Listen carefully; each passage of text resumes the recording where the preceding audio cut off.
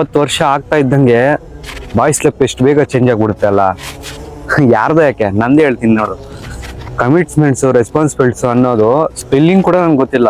ಅವಾಗ ಸಡನ್ ಆಗಿ ಮೇಲೆ ಬಿದ್ದುಬಿಡುತ್ತೆ. ಸೊ ಯಾವ ಕಡೆ ನೋಡಿದ್ರೂ ಶೂನ್ಯ, ಏನು ಕಾಣಿಸ್ತಾ ಇಲ್ಲ, ಏನು ಮಾಡ್ಬೇಕಂತ ಕೂಡ ಅರ್ಥನೇ ಆಗ್ತಾ ಇರಲಿಲ್ಲ. ಬಂದು ಏನೋ ಸಪೋರ್ಟ್ ಮಾಡ್ತಾರೆ ಅನ್ಕೊಂತೀವಿ, ಆದ್ರೆ ಯಾವನು ಬಂದು ಏನು ಸಪೋರ್ಟ್ ಮಾಡಲ್ಲ. ರಾತ್ರಿ ಹೊತ್ತು ನಿದ್ದೆ ಮಾಡೋಣ ಅಂತ ಹೋಗ್ತೀವಿ, ಆದ್ರೆ ನಿದ್ದೆ ಏನೋ ಬರ್ತಾ ಇರುತ್ತೆ, ಆದ್ರೆ ಮೈಂಡಲ್ಲಿ ಒಂದೇ ರನ್ ಆಗ್ತಾ ಇರ್ತದೆ. ಪ್ರಶಾಂತವಾಗಿ ನಿದ್ದೆ ಮಾಡೋಕೆ ಕೂಡ ಬಿಡ್ತಾ ಇರಲ್ಲ.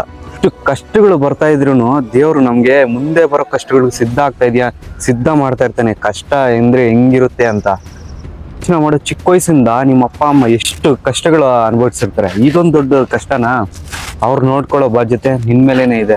ನೀನು ಯಾರನ್ನೂ ನಂಬಕ್ ಹೋಗ್ಬೇಡ, ಅವ್ರು ಬಂದು ನನಗೆ ಹಂಗ್ ಸಪೋರ್ಟ್ ಮಾಡ್ತಾರೆ, ಹಿಂಗ್ ಸಪೋರ್ಟ್ ಮಾಡ್ತಾರೆ ಅಂತ. ನೀನು ಒಬ್ಬರನ್ನೇ ನಂಬಬೇಕು, ದೇವ್ರನ್ನ, ನಿಮ್ಮ ಪೇರೆಂಟ್ಸ್ನ. ಆಯ್ತಾ? ವಿಡಿಯೋ ಇಷ್ಟ ಆದರೆ ಲೈಕ್ ಮಾಡು, ಹಂಗೆ ಫಾಲೋ ಮಾಡು. ನನಗೆ ಇನ್ನೊಂದು ವಿಡಿಯೋ ಮಾಡೋಕ್ಕೆ ಬೂಸ್ಟ್ ಬರುತ್ತೆ.